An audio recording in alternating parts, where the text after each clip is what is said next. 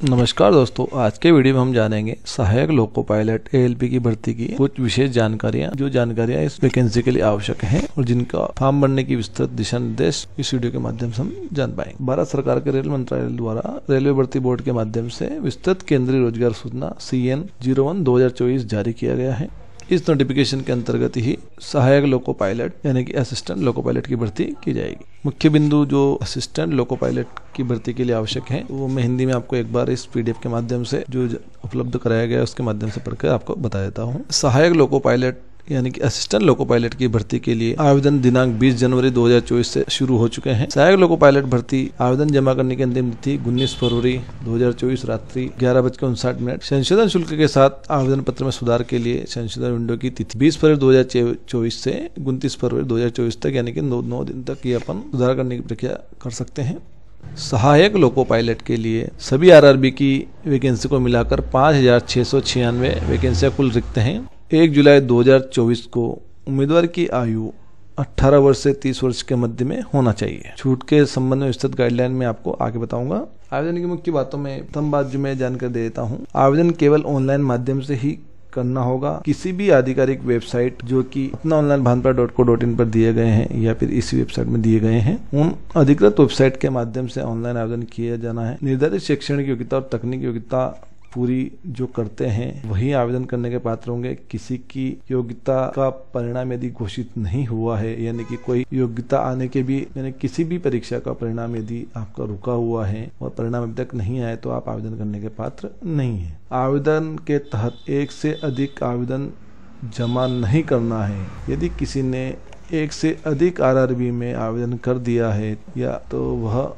Disqualify माना जाएगा, उसका आवेदन कतई स्वीकार नहीं हो। इस वैकेंसी के लिए उम्मीदवार अपना एक वैलिड मोबाइल नंबर और एक वैलिड ईमेल आईडी स्वयं की हो, उसका उपयोग वही करता हो, उससे अपना लॉगिन बनाए क्योंकि इसी के माध्यम से आपको सारी जानकारी समय समय पर दी जाएगी। ऑनलाइन आवेदन सबमिट होने के पश्चात भी ईमेल आईडी और मोबाइल नंबर और RRB को छोड़कर किसी भी विवरण को यदि संशोधित करना चाहता है तो 250 रुपए के संशोधन शुल्क के साथ वह 20 फरवरी 2024 से 29 फरवरी 2024 तक आवेदन में संशोधन कर सकता है। ध्यान रखने योग्य बात यह है कि ईमेल आईडी, मोबाइल नंबर और चुने गए RRB को नहीं बदला जा सकेगा। 29 फरवरी 2024 के पश्चात जानकारी में संशोधन किसी भी दशा में नहीं किया जाएगा। CBT 1 जो कि योग्यता के आधार पर होगी, उसमें एवं CBT 2 जो कि शॉर्ट लिस्ट किए गए उम्मीदवारों के लिए रहेगी, उसमें सभी में नकारात्मक अंकन यानी कि नेगेटिव मार्किंग रहेगी। तो गलत उत्तर के लिए 1/3 के अनुसार अंक काटे जाएंगे। CBAT यानी कि कंप्यूटर आधारित एप्टीट्यूड टेस्ट में कोई भी नेगेटिव मार्किंग नहीं होगी। परीक्षा के दौरान electronic gadgets, mobile phone, bluetooth, pen drive, laptop, computer, smart घड़ी आदि के साथ साथ चूड़ियां, चैन, कंगन, hearing aid, wallet, purse, belt, धातु के वस्त्र, जूते, पेन, पेंसिल आदि के साथ परीक्षार्थी को परीक्षा में शामिल होने की अनुमति नहीं दी जाएगी। ध्यान देने योग्य बात यह है कि उम्मीदवारों को अपना नाम, पिता का नाम और जन्म तिथि 10वीं यानी कि मैट्रिक हाई स्कूल परीक्षा प्रमाण पत्र के अनुसार ही दर्ज करना है।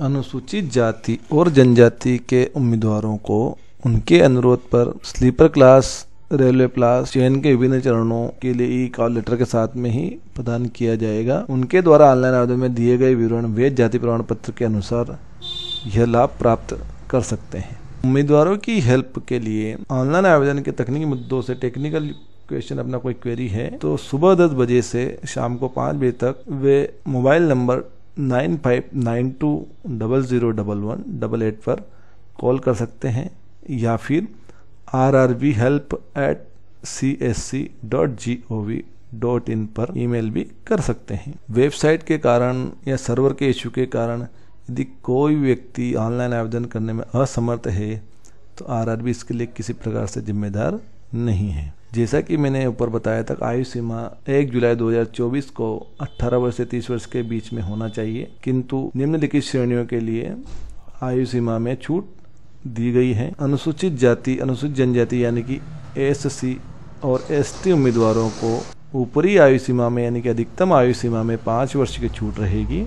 OBC यानी कि अन्य पिछड़ा वर्ग के उम्मीदवारों को जो नॉन क्रीमी के अंतर्गत आते हैं उनको 3 वर्ष की छूट रहेगी। इसी प्रकार से एक्स सर्विसमैन जिन्होंने सत्यापन के बाद 6 महीने से अधिक की सेवा पूरी कर ली थी उनको 3 वर्ष जनरल कैटेगरी वालों को, 6 वर्ष ओबीसी कैटेगरी वाले को और 8 वर्ष अनुसूचित जाति अनुसूचित जनजाति के अभ्यर्थियों को दी जाएगी। वे अभ्यर्थी जो रेलवे ग्रुप सी और ग्रुप डी में न्यूनतम 3 साल की सेवा के साथ साथ निरंतर या सेवारत रहे हैं उनको अधिकतम उम्र सीमा में 40 साल की उम्र तक और SC/ST की स्थिति में 45 साल की उम्र तक छूट दी जाएगी। जनरल कैटेगरी और EWS कैटेगरी की महिला उम्मीदवारों या विधवा महिलाओं, तलाकशुदा महिलाओं को 35 वर्ष की उम्र तक फॉर्म भरने की पात्रता है।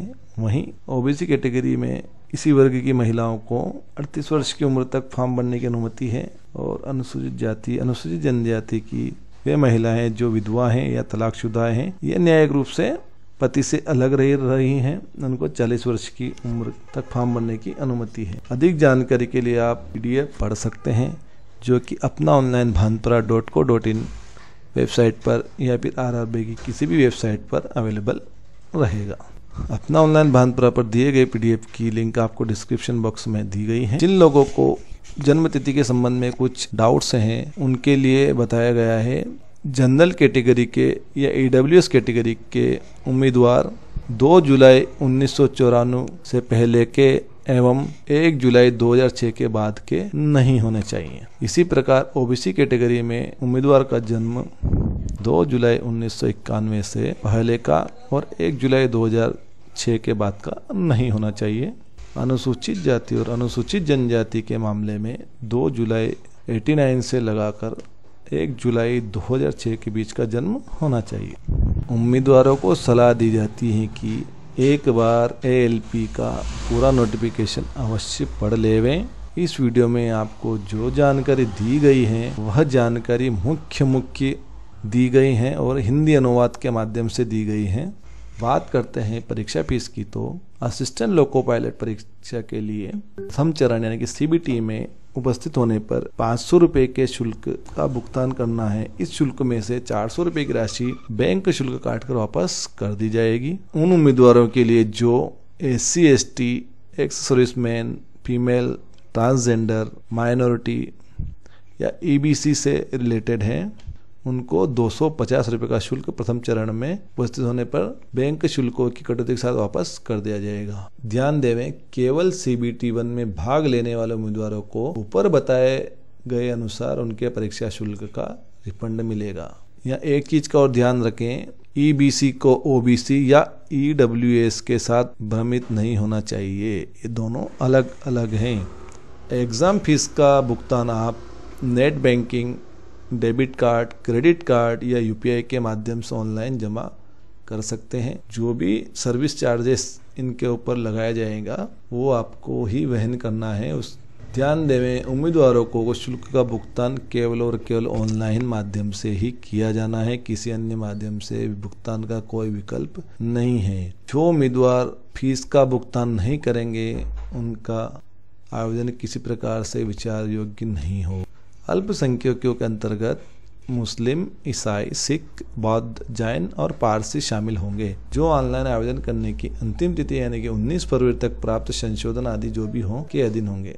अल्पसंख्यक समुदाय के लिए जो परीक्षा शुल्क की छूट का दावा करते हैं उनको गैर न्यायिक स्टाम्प पेपर पर अनुलग्न 5 के अनुसार V के अनुसार प्रारूप में अल्पसंख्यक समुदाय होने का एक एफिडेविट शपथ पत्र प्रस्तुत करना होगा। यदि ऐसा नहीं करते तो उनकी उम्मीदवारी रद्द की जा सकती है। EBC यानी कि इकोनॉमिकली बैकवर्ड क्लास वे उम्मीदवार जिनकी वार्षिक पारिवारिक आय 50,000 रुपए से कम है।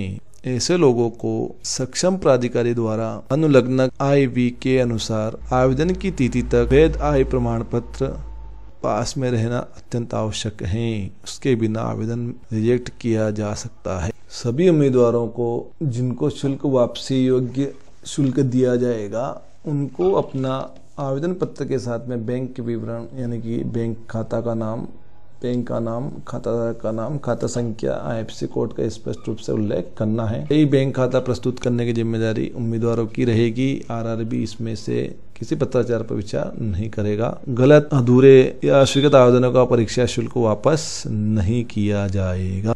भर्ती प्रक्रिया में निम्नलिखित चरण हैं। प्रथम चरण CBT 1, द्वितीय चरण CBT 2, तृतीय चरण कंप्यूटर आधारित योग्यता परीक्षण यानी CBAT, इसके पश्चात चौथा चरण दस्तावेज सत्यापन यानी कि डॉक्यूमेंट वेरिफिकेशन, और लास्ट में चिकित्सा परीक्षण यानी कि मेडिकल एग्जामिनेशन। CBT 1 परीक्षा के लिए पैटर्न और पाठ्यक्रम। तो CBT 1 के लिए 60 मिनट की अवधि का एक प्रश्न पत्र रहेगा, जिसमें प्रश्नों की संख्या 75 रहेगी और इनके अंक 75 रहेंगे, यानी कि एक अंक का एक प्रश्न रहेगा। प्रत्येक गलत उत्तर के लिए 1/3 अंक की दर से नेगेटिव मार्किंग की जाएगी। कई पालियों में आयोजित CBTs के लिए अंकों का नॉर्मलाइज किया जाएगा। इस परीक्षा में UR एंड EWS यानी कि जनरल और EWS वालों को 40% अंक लाना अनिवार्य है। OBC नॉन क्रीम लेयर के लिए 30%, SC के लिए 30% एंड ST के लिए 25% अंक लाना अनिवार्य है। पाठ्यक्रम की जानकारी, इसका विस्तृत PDF आपको नीचे दी गई लिंक पर मिल जाएगा। यहाँ से आप विस्तृत PDF डाउनलोड कर सकते हैं।